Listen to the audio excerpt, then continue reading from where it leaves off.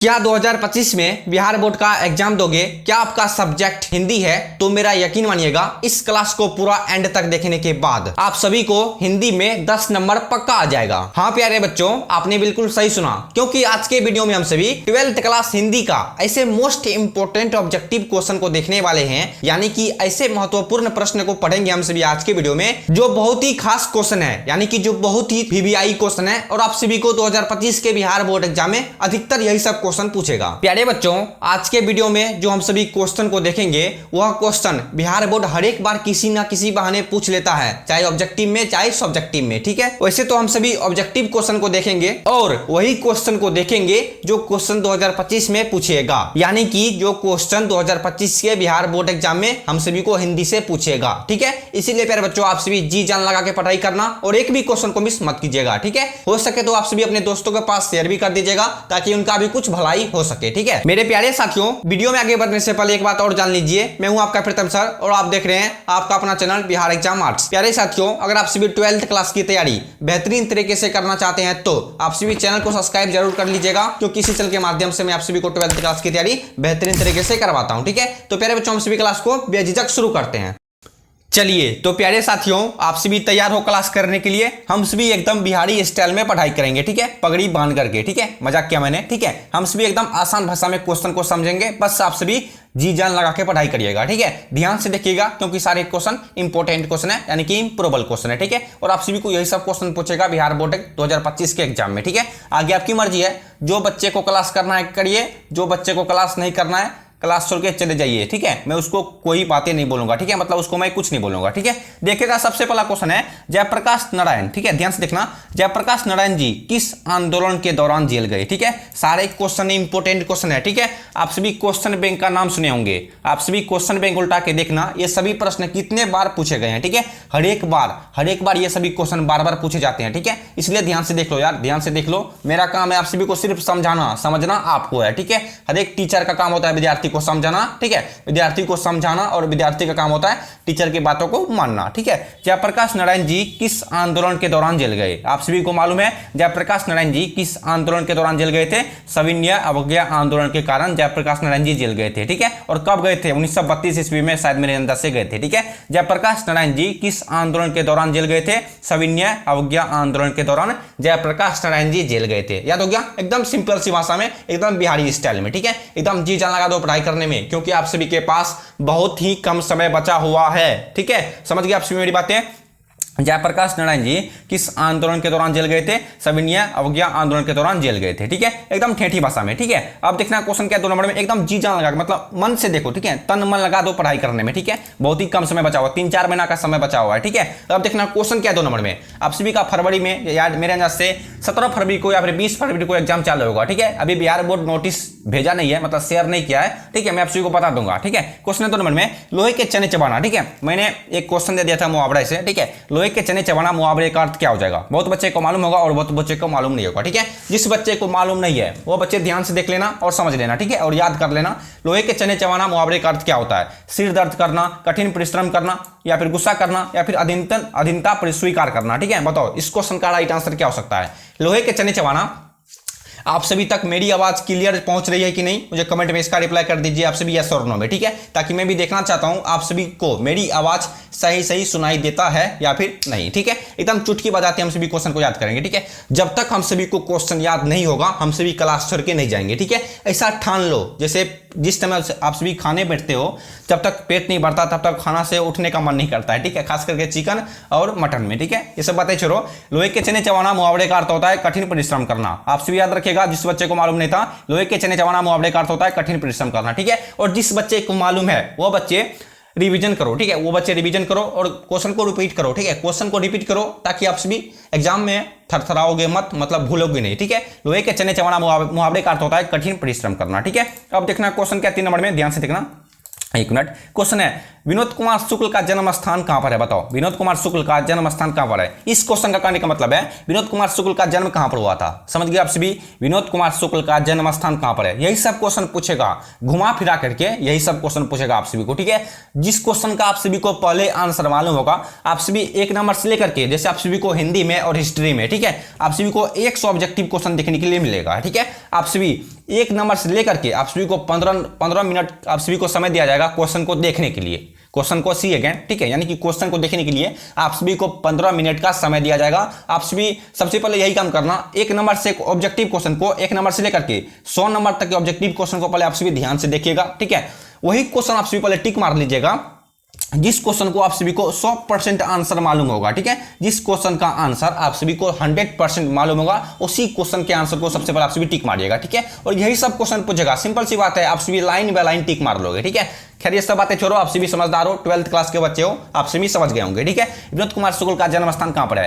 राजनांदगांव छत्तीसगढ़, या फिर वाराणसी उत्तर प्रदेश, या फिर देहरादून उत्तराखंड, या फिर इनमें से कोई भी नहीं, ठीक है। एकदम प्यारे बच्चों, अपनी दाहिना हाथ से बताओ इस क्वेश्चन का राइट आंसर क्या होगा। विनोद कुमार शुक्ल का जन्म स्थान कहां पर है, ठीक है। एकदम हम सभी हंसते हंसते पढ़ाई करेंगे, ठीक है। क्वेश्चन को एकदम हंसते हंसते हम सभी बातें बात में याद कर लेंगे, ठीक है। विनोद कुमार शुक्ल का जन्म स्थान कहां पर है, ठीक है। जितने भी बच्चे ऑप्शन नंबर ए बता रहे हो, यानी कि राजनांदगांव उत्तर प्रदेश, राजनांदगांव छत्तीसगढ़, सबका राइट आंसर है, ठीक है। मेरा ध्यान थोड़ा सा भटक गया था, ठीक है। विनोद कुमार शुक्ल का जन्म स्थान राजनांदगांव छत्तीसगढ़ में हुआ था, याद रखिएगा। यही सब क्वेश्चन पूछेगा, बार बार बोल रहा हूं और हर एक बार बोलूंगा, ठीक है। विनोद कुमार शुक्ल का जन्म स्थान राजनांदगांव छत्तीसगढ़ में हुआ था, ठीक है।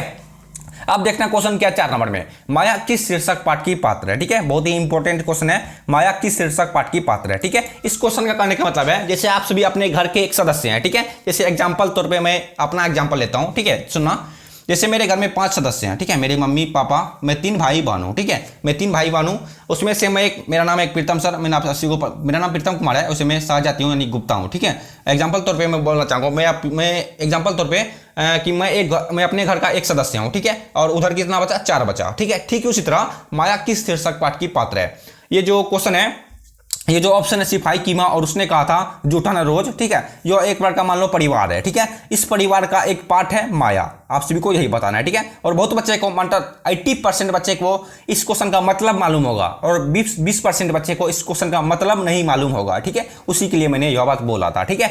खैर आप सभी समझ भी गए होंगे, माया किस शीर्षक पाठ की पात्र है? जूठन, जूठन 4 का perfect answer option number C जूठन, ठीक है। जूठन शीर्षक पाठ की पात्र है माया। आप सभी याद रखिएगा, ये सब क्वेश्चन पूछेगा, इस तरह से कोई नहीं बताएगा, पूरे यूट्यूब पर कोई नहीं बताएगा, ठीक है। बस पढ़ाते जाएगा, स्क्रॉल करते जाएगा, ठीक है। आगे आपकी मर्जी है, यूट्यूब पर पढ़ाने वाले लाखों टीचर है, ठीक है। यूट्यूब पर पढ़ाने वाले लाखों टीचर है, डिपेंड करता है ये, ठीक है। डिपेंड क्या करता है? डिपेंड ये है कि कौन टीचर किस तरह से समझाते हैं, समझ गए। माया किस शीर्षक पाठ की पात्र है, और मैं जिस तरह से आप सभी को समझाता हूं, क्या आप सभी को समझ में आता है या फिर नहीं, इसका रिप्लाई मुझे कमेंट में यस और नो में कर दीजिएगा, ठीक है।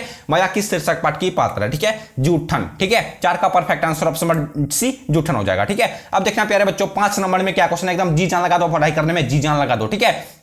मैं बहुत बार इस बात को बोल चुका हूं। क्वेश्चन है, अशोक वाजपेयी ने राज्य की सेवा किस रूप में की, ठीक है। पूरे यूट्यूब पर कोई नहीं सब क्वेश्चन बताया होगा, ठीक है। क्वेश्चन है, अशोक वाजपेयी ने राज्य की सेवा किस रूप में की, ठीक है। मैं हर एक वीडियो में बहुत ही कम क्वेश्चन को लेकर आता हूं, बस यही होता है कंफ्यूजन की, भाई वही क्वेश्चन को लेकर आता हूं जो क्वेश्चन आप सभी को पूछता है। 100% जो पूछेगा वही क्वेश्चन को लेकर आता हूं, ठीक है। जिस पर मेरे को शक होता है, 100% शक होता है ये क्वेश्चन अवश्य पूछेगा 2025 के बिहार बोर्ड एग्जाम में, वही सब क्वेश्चन मैं आप सभी को प्रमोट करूंगा, ठीक है।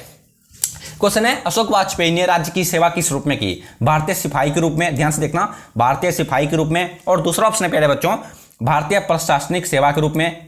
तीसरा ऑप्शन है अर्थशास्त्री के रूप में। चौथा ऑप्शन है राजनीतिक के रूप में। बताओ इस क्वेश्चन का राइट आंसर क्या होगा? अशोक वाजपेयी ने राज्य की सेवा किस रूप में की? आप सभी को मालूम है, अशोक वाजपेयी ने राज्य की सेवा भारतीय प्रशासनिक सेवा के रूप में की थी, याद रखिएगा, ठीक है। अशोक वाजपेयी ने राज्य की सेवा भारतीय प्रशासनिक सेवा के रूप में की थी, ठीक है। एकदम आसान सा क्वेश्चन है, आप सभी याद करते जाओ, ठीक है।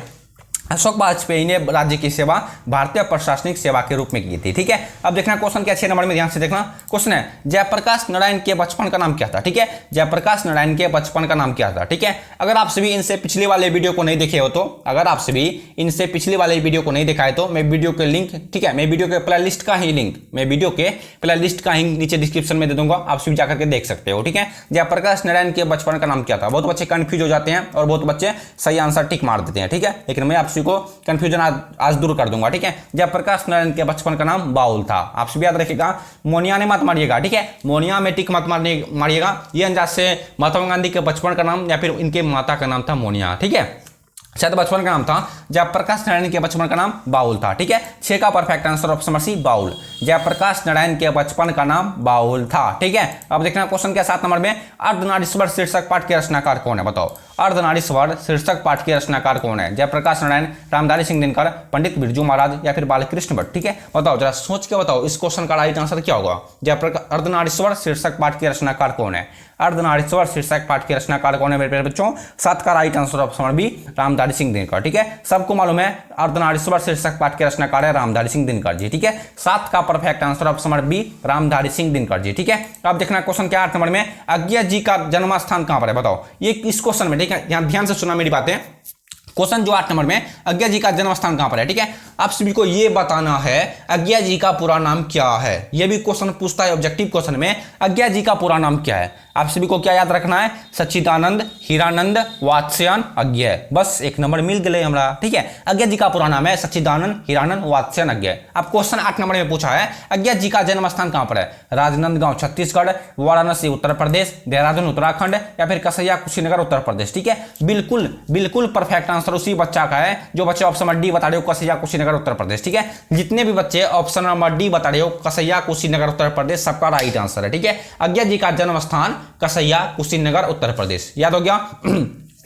अज्ञा जी का जन्म स्थान कसैया कुशीनगर उत्तर प्रदेश। ठीक है, अब बढ़ते हम सभी कौन सा क्वेश्चन करो? 9 नंबर की क्वेश्चन करो। ठीक है, ध्यान से देखना क्वेश्चन 9 नंबर में, मोहन डाकेश के बचपन का क्वेश्चन क्या है? मोहन डाकेश का जन्म कब हुआ था? ठीक है, क्वेश्चन है मोहन डाकेश का जन्म कब हुआ था? 8 जनवरी 1924, 8 जनवरी 1925, 7 जनवरी 1925 या फिर 6 जनवरी 1924। बताओ इस क्वेश्चन का राइट आंसर क्या होगा? क्वेश्चन ये बोल रहा है मोहन डाकेश के जन्म कब हुआ था। ठीक है, मोहन डाकेश का जन्म कब हुआ था? बताओ 9 का राइट आंसर क्या होगा? 9 का right answer option number B 8 जनवरी 1925 को। ठीक है, याद हो आप सभी को मोहन डाकेश का जन्म 8 जनवरी 1925 ईस्वी में हुआ था। ठीक है, यही सब क्वेश्चन पूछेगा यार, यही सब क्वेश्चन पूछेगा, घुमा फिरा के यही सब क्वेश्चन पूछेगा। ठीक है, आप सभी क्लास को एंड तक नहीं देखते हो और ना कि वीडियो आप सभी लाइक कर दो। ठीक है, वीडियो को लाइक कर दो क्योंकि मैं आप सभी के लिए मेहनत से वीडियो बनाता हूँ। ठीक है, मोहन डाकेश का जन्म 8 जनवरी 1925 ईस्वी को हुआ था। ठीक है, अब देखना क्वेश्चन क्या 10 नंबर में, क्वेश्चन है सिपाही की मां पाठ के रचनाकार कौन है? बताओ सिपाही की मां पाठ के रचनाकार कौन है? रचनाकार, लेखक, रचनाकार, लेखक, रचयिता, ये तीनों बात एक ही होता है, आप सभी याद रखिएगा। ठीक है, सिपाही की मां पाठ के रचनाकार कौन है? बालकृष्ण भट्ट, रामधारी सिंह दिनकर, मोहन डाकेश या फिर अशोक वाजपेयी। ठीक है, जितने भी बच्चे ऑप्शन नंबर सी बता रहे हो सबका राइट आंसर है मोहन डाकेश। ठीक है, क्योंकि सबको मालूम है सिपाही की मां पाठ के रचनाकार है मोहन डाकेश। ठीक है, 10 का perfect answer option number C Mohan Rakesh हो जाएंगे। ठीक है, याद हो गया? सिपाही की मां पाठ के रचनाकार हैं यानी कि लेखक हैं मोहन डाकेश जी। ठीक है, अब देखना क्वेश्चन क्या है 11 नंबर में, दरियाई घोड़ा किन की कृति है? बताओ दरियाई घोड़ा किन की कृति है? ये क्वेश्चन तो 100% पूछेगा। दरियाई घोड़ा किन की कृति है? उदय प्रकाश, मलयज, नामवर सिंह या फिर भगत सिंह। ठीक है, जरा सोच के बताइएगा, जरा सोच के अपने दिमाग पे जोड़ दीजिए और कमेंट में लिख दीजिए इस क्वेश्चन का राइट आंसर ऑप्शन ए होगा या फिर बी होगा या फिर सी होगा या फिर टी होगा। ठीक है, एकदम सिंपल सी बात है। ठीक है, दरियाई घोड़ा किन की कृति है? दरियाई घोड़ा जो है वो उदय प्रकाश की कृति है। ठीक है, उदय प्रकाश की कृति दरियाई घोड़ा। ठीक है, याद हो गया? दरियाई घोड़ा किन की कृति है? दरियाई घोड़ा उदय प्रकाश की कृति है। ठीक है, यानी कि दरियाई घोड़ा उदय प्रकाश ने लिखी है। ठीक है, अब देखना क्वेश्चन क्या 12 नंबर, लिखा है लिखी नहीं है। ठीक है, मतलब क्योंकि उदय प्रकाश लड़का है ना कि लड़की है। ठीक है, थोड़ा सा मिस्टेक हो गया। क्वेश्चन है 12 नंबर में, बालकृष्ण भट्ट के पिताजी क्या थे? बताओ, बहुत बच्चे कंफ्यूज हो जाते हैं बालकृष्ण भट्ट के पिताजी क्या थे, बहुत बच्चे कंफ्यूज हो जाते हैं, मैं लिख के दे सकता हूं बालकृष्ण भट्ट के पिताजी क्या थे? बताओ डॉक्टर, वकील, व्यापारी या फिर शिक्षक। ठीक है, बहुत बच्चे का राइट आंसर मालूम है, इस क्वेश्चन का right answer option number C होगा सर व्यापारी। ठीक है, बालकृष्ण भट्ट के पिताजी एक प्रकार के व्यापारी थे। याद हो क्या? सिंपल सा क्वेश्चन है, बालकृष्ण भट्ट के पिताजी क्या थे? बालकृष्ण भट्ट के पिताजी एक व्यापारी थे। याद हो गया? बालकृष्ण भट्ट के पिताजी एक व्यापारी थे। ठीक है, अब देखना क्वेश्चन क्या 13 नंबर में, बालकृष्ण भट्ट के माने में अध्ययन की रुचि किसने जगाया? बताओ इस क्वेश्चन देखो, ये क्वेश्चन थोड़ा सा कट चुका है लेकिन ये इस तरह से भी पूछ सकता है, ऐसे बात नहीं है, इस तरह से भी आप सभी को पूछ सकता है, दो तरीका से पूछ सकता है। मैं आप सभी को बताता हूं। सबसे पहला तरीका ये हो गया, बालकृष्ण भट्ट के मन में अध्ययन की रुचि किसने जगाया? ठीक है, इस क्वेश्चन का राइट आंसर आप सभी को खैर मालूम होगा लेकिन मैं आप सभी को बताऊंगा, नहीं मालूम है तो सुनना पहले आप सभी मेरी बात सुनिए। बालकृष्ण भट्ट के मन में अध्ययन की रुचि एवं लालसा किसने जगाई? यही सब क्वेश्चन है। ठीक है, बालकृष्ण भट्ट के मन में अध्ययन की रुचि एवं लालसा किसने जगाई? ठीक है, इस क्वेश्चन का परफेक्ट आंसर ऑप्शन बी होगा माता जी ने। ठीक है, बालकृष्ण भट्ट जी के माता जी ने, ठीक है, इसे हम सभी माँ बोलते हैं, बालकृष्ण भट्ट के माँ ने बालकृष्ण भट्ट के मन में अध्ययन की रुचि एवं लालसा जगाई थी। ठीक है, यानी कि पढ़ने की जिज्ञासा और दूसरे से अच्छे से बातचीत करने की जिज्ञासा बालकृष्ण भट्ट के माँ ने ही उसे बतलाया था। ठीक है, 13 का परफेक्ट आंसर ऑप्शन बी हो जाएगा। खैर आप सभी को याद हो गया होगा। ठीक है, अगर आप सभी को यहाँ तक क्वेश्चन याद हो गया है तो वीडियो को लाइक कर दो, चैनल पर पहली बार आए तो चैनल को सब्सक्राइब जरूर कर लेना, क्योंकि आप सभी को आगे मालूम है, ठीक है। बालकृष्ण भट्ट के मन में अध्ययन की रुचि एवं लालसा उनकी माताजी ने जगाया था, ठीक है। अब देखना क्वेश्चन क्या है, बुद्ध का कांटा किसकी रचना है, बताओ। बुद्ध का कांटा किसकी रचना है, बालकृष्ण भट्ट, चंद्रधर शर्मा गुलेरी, नामवर सिंह या फिर उदय प्रकाश, ठीक है। बुद्ध का कांटा किसकी रचना है, यानी कि बुद्ध का कांटा जो शीर्षक पाठ है इनको किसने लिखा है, ऐसे समझो। 14 का राइट आंसर क्या हुआ, बिल्कुल perfect answer option B, Chandradhar Sharma Guleri ने, ठीक है। बुद्ध का कांटा किनकी रचना है, बुद्ध का कांटा चंद्रधर शर्मा गुलेरी की रचना है, ठीक है। याद हो गया, याद होगा कि नहीं आप सभी को, बुद्ध का कांटा चंद्रधर शर्मा गुलेरी की रचना है, ठीक है। अब देखना क्वेश्चन क्या है नेक्स्ट। एक मिनट रुकिए कि मैं थोड़ा सा पानी पी लेता हूं, ठीक है। अभी गर्मी बहुत ज्यादा है, प्यास अभी बहुत ज्यादा मात्रा में लगता है, ठीक है। एक मिनट वेट कीजिएगा। चलिए आप सभी तैयार हो। क्वेश्चन है 15 नंबर में, विनोद कुमार शुक्ल का जन्म कब हुआ था, ठीक है। क्वेश्चन है विनोद कुमार शुक्ल का जन्म कब हुआ था, ठीक है। 1 जनवरी 1950, 1 जनवरी 1930, 1 जनवरी 1915, 1 जनवरी 1935, 1 जनवरी 1937, बताओ विनोद कुमार शुक्ल का जन्म कब हुआ था, ठीक है। 15 का परफेक्ट आंसर क्या हुआ, 15 का राइट आंसर ऑप्शन डी, 1 जनवरी 1937 को, ठीक है। आप सभी याद रखिएगा। बहुत बच्चे क्या बोल देंगे, सर हम सभी पढ़ाई कर लेते हैं बस याद नहीं होता है, ठीक है। याद कैसे होगा यार, ध्यान रहता है कहीं और पढ़ाई करते हो, आंख है तुम लोग का यहाँ पर पढ़ाई करने पर, लेकिन ध्यान है उधर लौंडियाबाजी करने पर, ऐसे में याद थोड़ा होगा। मैं जो क्लियर बात है मैं वही बोलता हूँ, ठीक है। मैं चुपा चोरी बात नहीं रखता हूँ, ठीक है। जो मेरे मन में आता है ऐसा बात नहीं है, जो मेरे मन में आता है बक देता हूँ, बस वही बातें शेयर करता हूँ जो बात हकीकत बात होती है, ठीक है। विनोद कुमार शुक्ल का जन्म 1 जनवरी 1937 ईस्वी को हुआ था, यानी कि option number D is the right answer हो जाएगा, ठीक है। अब देखना क्वेश्चन क्या है 16 नंबर में। एक मिनट, जय जवान क्वेश्चन है, जय जय कराना का अर्थ क्या होता है, ठीक है। बहुत ही इंपॉर्टेंट क्वेश्चन है ये। क्वेश्चन सब्जेक्टिव क्वेश्चन में भी पूछता है, जय जय कराना का अर्थ क्या होता है, गुणगान करना होता है, ठीक है। जैसे आप सभी को सब्जेक्टिव क्वेश्चन में कैसे पूछेगा, सब्जेक्टिव क्वेश्चन में आप सभी को पूछेगा जय जय कराना का अर्थ क्या होता है, बस आप सभी इतना आंसर लिखेगा, ठीक है। एक बात आप सभी को मालूम है, हिंदी सब्जेक्ट में स्पेशल तौर पे 12th क्लास के या फिर 10th क्लास के दोनों, अगर आप सभी 10th क्लास के भी बच्चे देख रहे हो तो आप सभी मेरी बातें ध्यान से सुनिएगा। अगर आप सभी एग्जाम दोगे 2025 में, तो 2025 में एग्जाम दोगे तो ही आप सभी मेरी बातें सुनिएगा, ठीक है। अगर हिंदी सब्जेक्ट में अगर आप सभी को जितना भी क्वेश्चन पूछा, जैसे क्वेश्चन क्या 16 नंबर में, जैसे ये सब्जेक्टिव क्वेश्चन में पूछेगा 2 नंबर में, जय जय कराना का अर्थ क्या होता है, आप सभी को आंसर क्या लिखना है। जैसे आप सभी को इतना आंसर मालूम है, जैसे तो मेरी आंसर आप सभी सुन लीजिएगा, जय जय कराना का अर्थ होता है गुणगान करना, ठीक है। अगर आप सभी कहानी को, यानी कि मैंने जो सब्जेक्टिव क्वेश्चन बताया है हिंदी का, सब्जेक्टिव क्वेश्चन वाले वीडियो को नहीं देखा तो आप सभी देख लेना, मैं वीडियो का प्ले लिस्ट का लिंक डिस्क्रिप्शन में दे दूंगा। हर एक सब्जेक्ट के वीडियो का प्ले लिस्ट का लिंक मैं डिस्क्रिप्शन में दे दूंगा, आप सभी जाकर के देख सकते हो, ठीक है। सुनना आप सभी मेरी बातें, जय जय कराना का अर्थ होता है गुणगान करना, ठीक है। पहले के जो महाराजा होते थे वो प्रजाओं के, यानी कि जो उनके जो जनताओं में लोग हुआ करते थे उनसे वे जबरदस्ती राजा अपना गुणगान कराते थे, ठीक है। जैसे एग्जाम्पल तौर पर सुनिएगा, एग्जाम्पल तो सुनिएगा, तो मैं थोड़ा सा बता देता हूँ, ठीक है। जैसे मैं पहले के जमाना का एक राजा हूँ, जैसे मैं पहले के जमाना का एक राजा हूँ, आप सभी मेरे एक क्या बोलते हैं, ग्रामवासी हो। ग्रामवासी हो पहले के जमाने में मतलब जनता लोग बोले जाते थे, पहले जमाने में जनता बोलते थे, ठीक है। मैं आप सभी का राजा हूँ, मैं आप सभी से अपना गुणगान, यानी कि मैं अपने बारे में चर्चा आप सभी से जबरदस्ती करवाऊंगा, मार पीट के, कोड़ा से मार के, घोड़ा से मार के आप सभी से जबरदस्ती करवाऊंगा, ठीक है। उसी को बोला जाता है जय जय कराना का अर्थ होता है गुणगान करना। समझ गए आप सभी ध्यान से देखना, और सब्जेक्टिव क्वेश्चन को मैंने बेहतरीन तरीके से बताया है, आप सभी देख लेना, रिक्वेस्ट है आप सभी देख लेना। आप सभी को ये सब क्वेश्चन पूछेगा, और सब्जेक्टिव क्वेश्चन में क्या पूछेगा मैंने बता दिया है, ठीक है। सब्जेक्टिव क्वेश्चन वाले वीडियो में ही बता दिया है, ठीक है। जय जय कराना का अर्थ होता है गुणगान करना। खैर आप सभी समझ गए होंगे, 16 का राइट आंसर ऑप्शन सी गुणगान करना, ठीक है। ध्यान से देख लो क्वेश्चन को, ठीक है। अब देखना क्वेश्चन क्या, नेक्स्ट क्वेश्चन है, लोग भूल गए हैं किसकी रचना है, बताओ। लोग भूल गए हैं किसकी रचना है, ज्ञानेंद्र पति, भूषण, रघुवीर शाह या फिर अशोक वाजपेयी, बताओ। लोग भूल गए हैं किसकी रचना है, एकदम जी जान लगा दो, पढ़ाई करने में बहुत ही कम समय बचा हुआ है, और ध्यान से देख लो क्वेश्चन को, ठीक है। लोग भूल गए हैं किसकी रचना है, ठीक है। 17 का राइट आंसर ऑप्शन सी रघुवीर शाह जी के। याद रखिएगा, लोग भूल गए हैं कि रचनाकार कौन है, रघुवीर शाह जी है, ठीक है। अब देखना क्वेश्चन क्या 18 नंबर पे, एक मिनट यार खाना खाया हूं, थोड़ा सा ढकार हो रहा है, ठीक है। क्वेश्चन है, रघुवीर शाह किस काल के कवि है, बताओ।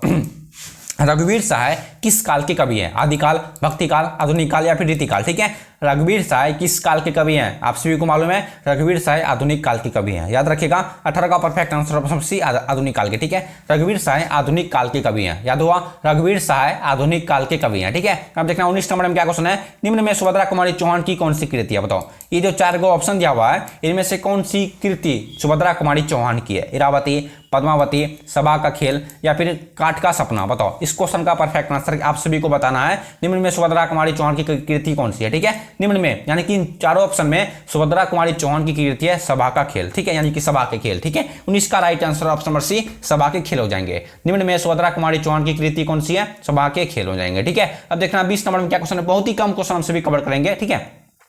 मैंने आप सभी को वीडियो के शुरू में ही बता दिया था। हम सभी देखो, मैं आप सभी को वही क्वेश्चन प्रमोट करता हूं, यह बात मैंने पहले भी बताया था और हर एक वीडियो में बोलता हूं। मैं आप सभी को वही क्वेश्चन प्रमोट करूंगा, यानी कि आप सभी के साथ वही क्वेश्चन को शेयर करूंगा जो क्वेश्चन आप सभी को पूछेगा। एक्चुअली बात है, जो क्वेश्चन आप सभी को पूछेगा आप सभी का एग्जाम, क्योंकि आप सभी के पास बहुत कम समय बचा हुआ है, इसलिए मैं सोचता हूं आप सभी को वही क्वेश्चन प्रमोट किया जाए जो क्वेश्चन आपसे पूछ सकता है, जो क्वेश्चन 100% शक है, ये क्वेश्चन पूछ सकता है। खैर आगे आप क्या बोलते हैं, आगे आप होशियार हैं, आप सभी समझ गए होंगे। ठीक है, जयशंकर प्रसाद का महाकाव्य क्या है, बताओ। जयशंकर प्रसाद का महाकाव्य क्या है, कामायनी, साकेत, मुकुल या फिर उर्वशी। ठीक है, जयशंकर प्रसाद का महाकाव्य क्या है। ठीक है, जयशंकर प्रसाद का महाकाव्य है कामायनी। ठीक है, याद होगा आप सभी को, जयशंकर प्रसाद का महाकाव्य है कामायनी। ठीक है, अब देखना क्वेश्चन क्या है, किस समझ में ध्यान से देखना। क्वेश्चन है, कवितावली के रचनाकार कौन है, बताओ। कवितावली के रचनाकार कौन है, मलिक मोहम्मद जैसी, तुलसीदास, सूरदास या फिर ज्ञानेंद्र प्रति। ठीक है, कवितावली के रचनाकार कौन है, आप सभी को मालूम है तो कमेंट कीजिएगा, कवितावली के रचनाकार कौन है। ठीक है, 21 का राइट आंसर ऑप्शन बी होगा तुलसीदास। ठीक है, कवितावली के रचनाकार है तुलसीदास। याद होगा आप सभी को, कवितावली के रचनाकार है तुलसीदास। ठीक है, अब देखना क्वेश्चन क्या 22 नंबर में, नाभादास किसके शिष्य थे, बताओ। नाभादास किसके शिष्य थे, तुलसीदास के, रामानंद के, स्वामी अग्रदास के या फिर इनमें से कोई नहीं। ठीक है, नाभादास स्वामी अग्रदास के शिष्य थे, आप सभी याद रखिएगा, भूलिएगा मत। ठीक है, नाभादास किसके शिष्य थे, नाभादास स्वामी अग्रदास के शिष्य थे। ठीक है, यानी कि विद्यार्थी थे, पहले के जमाने में शिष्य बोला जाता था, अभी फिलहाल में स्टूडेंट्स विद्यार्थी बोला जाता है। ठीक है,